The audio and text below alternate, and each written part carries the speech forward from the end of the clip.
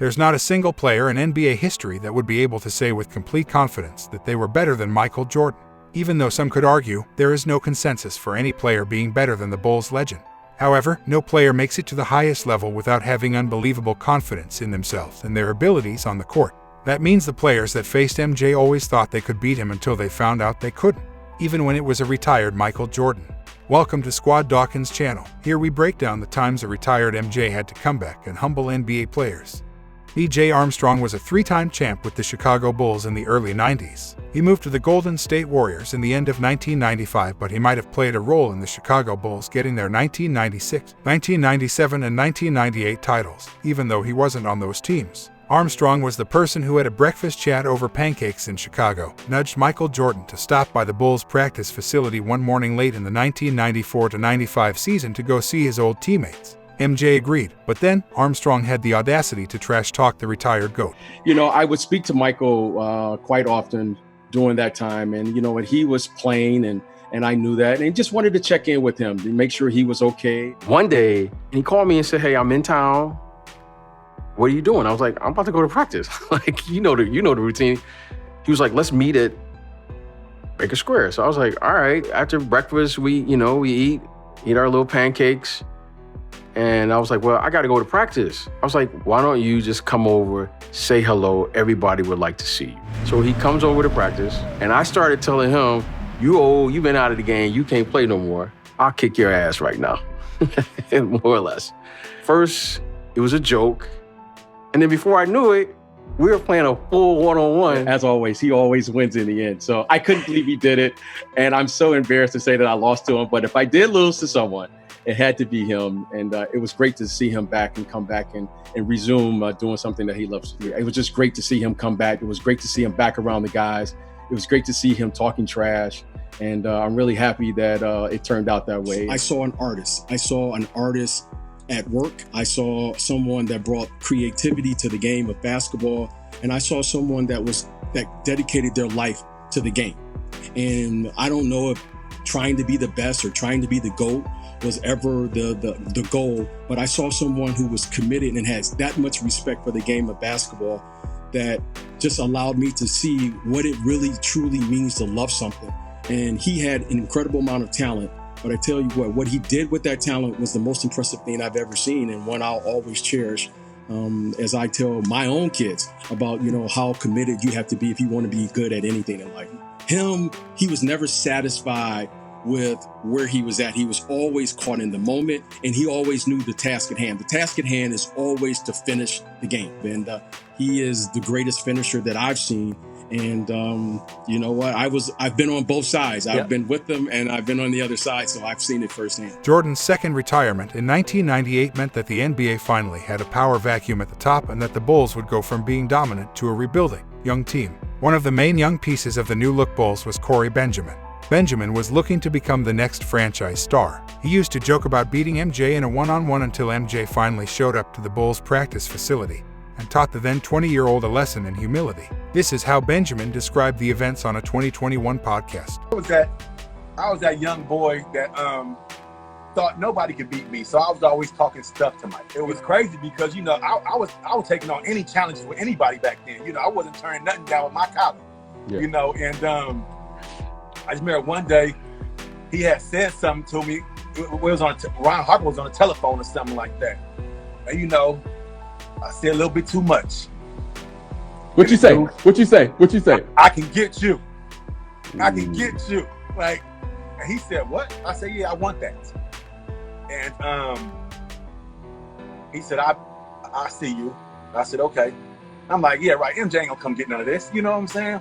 Mm-hmm. And we planted, I think, DC. And MJ was living in DC. Man, they showed this dude on the camera walking in from the main screen. I'm getting taped.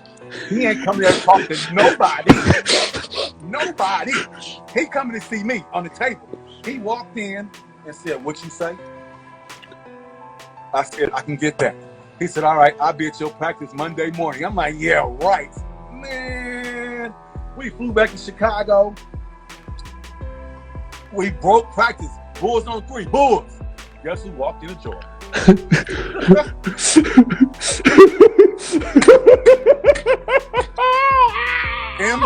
walked in the door, Chris, I damn took a dump on myself. I'm telling you. Oh, man. And so I act like I didn't see him. You know what I'm saying? Like I was he said, "Corey, come back here." Everybody like, ooh. I'm like, oh Lord, let me get some. So in the beginning, Chris, I'm in like in a dream, like actually I'm playing against my idol. Yeah. I understand. So, the first 7 buckets, I'm looking like this. Yeah. He did. I want to be like Mike on me. You know what I'm saying? I'm looking like he really do this in real life. Like, I'm getting to be that other guy. Like, oh, the jumper was so deadly. Skip Bayless, who covered the Bulls back then, broke down the matchup as The Last Dance was aired back in 2020. Michael Jordan destroyed poor Corey Benjamin. He just scored and scored and scored on him in every way, shape, and form imaginable. I got to see that killer will on display one last great time against poor Corey Benjamin. He stole the ball from him, he intimidated him with his defense, and poor Corey Benjamin was so psychologically shot by what Jordan did to him that Corey Benjamin never amounted to anything. He hung on for about 3 years with the Bulls, then he bounced around the league a little bit, then he bounced around overseas a little bit, and he was out of sight, out of mind. And Jordan came over and told us in the media afterward that was a lesson. He talked a little trash in Atlanta. I had to come in. There's the good thing about it, he's wore out more than I am. It wasn't just a lesson for Corey Benjamin. It was a lesson for Jerry Krause. You took that guy and you thought he could replace me? Well, I just did that to him. At the end, as the story goes, MJ delivered the final smack. "Look around you," Jordan said at one point, looking at the 6 championship banners hanging in the gym. "What do you see all around you? You didn't have anything to do with those." After scoring the winning basket, Jordan spanked Benjamin and yelled, "Sit down," with a smile. Sit down. Don't call me out every time I don't see it again. Considering that he was the best player in the country, Jordan also regularly participated in camps for high school students. He ran his camp too, and a few NBA players came through those. One of them was the rookie LeBron James. I was a rookie in the league, and I went to Santa Barbara to MJ's camp, and we used to play around 9:00 p.m. The camp would end. He would let the kids watch like the first game around like 8:30, and then he'd have all the kids leave, and then we would stay along with the college kids that he would invite to the games as well, or to the camp, I should say. And we would get a good ass run in for about a good hour 15. And yeah, so I was on the team with MJ, and we didn't lose a game. There's 2 people that I've met in my life that changed my life. Meeting my wife that I've been with since 2002. And when I met Michael Jordan in 2001, when I met Michael Jordan for the first time, I literally couldn't believe it was him. I couldn't believe it. Like, people, I felt the dude looked like Jesus Christ to me. I didn't think Michael Jordan was real. I only thought he lived in the TV. I didn't think he was real. And when I saw him, I was like, if the man above would have took me that day, I'd have lived a hell of a life, I swear to God. On one of his camps, MJ was challenged by the 17-year-old high school star O.J. Mayo. Mayo, who was selected by the Minnesota Timberwolves with the 3rd overall pick in the 2008 NBA draft, had the nerve to trash talk MJ as a youngster. He too learned quite the lesson at the hands of the GOAT. Playing in my camp against O.J. Mayo. He was a top high school kid coming out. I happen to be the only high school player there. In front of my camp starts this thing about, you can't guard me, you can't do this. I got it going a little bit, and obviously it's any ball player's dream to play against Mike. I got my campers here, so I can't really go where I want to go because of my camp. We got a little bit of John, then he said, okay, now let me handle my business. So I stopped the camp, send the kids to bed. So he said, I need all the campers, everybody to leave, let's clear the gym. I said, oh man. We go back to playing, and he starts his whole thing, that you can't guard me, you can't do this. We continue playing pickup, and Mike was Mike. So from this point on, it's a lesson. And from that point on, it was a lesson. He would jaw on a little bit, and really getting into me defensively. You know, he's backing me down. You know, said better scream for mama. You know, his mama. You know, hit the famous fadeaway on me. He never won a game. Finally, I just said, look, dude, you may be the best high school player, but I'm the best player in the world. He said, you may be the best high school player in the world, you know, but I'm the greatest ever.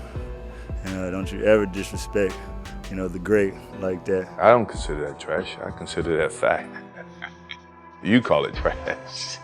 Jordan had taken control of basketball operations for the Charlotte Bobcats back in 2006, and the team hasn't seen many good days since. That's not to say that Michael Jordan doesn't care about his team's success, because he sure does. A competitor like him does not like to lose at anything, and it kills him that they struggle on the court. On one occasion, after the Bobcats were blown out, an irate Jordan decided to come to practice, and Steven Jackson revealed that he wanted to play against the first team. So I was playing in Charlotte, right? The first year I got there, we got to the playoffs for the first time. So MJ loved me for that alone. Right. But when I first got there, it was kind of rocky. You know what I'm saying? I just got traded there. So we got our ass beat by somebody. And he came in the locker room after the game just going off on us like we need to get our shit together, right? And I made some little comment or something like that. He ain't say nothing. So he came to practice the next day. Back on that shit. Yeah, y'all think y'all did something? I'm 6. Oh, he started talking about all his accolades. Take my shoes off, because you know he had gave me. You know what I'm saying? He wasn't just talking to me. He was talking because everybody had his shoes off. But he had gave me a deal and all that. Yeah. This shit kind of directed to me and Gerald Wallace because we the leaders of the team. Yeah. You know what I'm saying? Yeah. So he going off. Mike told you take his fucking shoes off. Damn near. You know what I'm saying? Look at all the shit I done. Y'all went to. I'm just going off on us right to the point where he gets on the second team in practice and we lose. You lying. You ain't losing 50-year-old. Mike's too low. How old was Mike? Listen. This was in 2010. Mike suited up?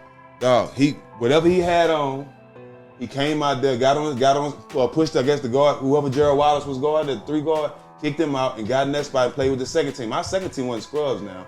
Oh, he scored a couple points, and to the point where he talked so much shit afterwards, he grabbed the ball and would dunk one on the way out. It is incredible that MJ managed to beat their starting unit with the reserves when he was around 47 years old. Keep in mind, as Jackson said, they did make the playoffs that season, which shows that the greatest of all time certainly still had it. In his 2 stints with the Charlotte Hornets between 2011 to 2015 and 2018 to 2021, center Bismack Biyombo has a vivid story that highlighted team owner Michael Jordan's competitive spirit even after he had called time on his legendary career. He may be with the Phoenix Suns now, but Biyombo has fond memories during his time as a Hornet, and one of them was Jordan not missing a chance to take them on even in his 50s. Speaking to the media ahead of the Suns' clash against the Hornets on January 24, 2023, the center shared a story of how Jordan decimated Charlotte players during practice. Mike is Mike, man, Biyombo said. I've seen him play one-on-one with players after the games, and one by one was taking them out. So this was probably, I think, 7, 8 years ago. He would come into practice and just play one-on-one with players and just kill them, 100%. I didn't think he could move like that. Even though that was 7 years ago, Jordan likely still has it even at age 59 right now. He turns 60 this month, and while we mostly see him on the golf course or at NASCAR races, he probably can still take players to school on the court as well. And we like to imagine that's going to be the case for years to come. Tell us in the comments, what is the best Michael Jordan's pickup game story you have ever heard? If you enjoy this video, hit the like button, share, and subscribe. For more basketball content, subscribe to our other channels, Free Dawkins and Vintage Dawkins, and follow us on social media.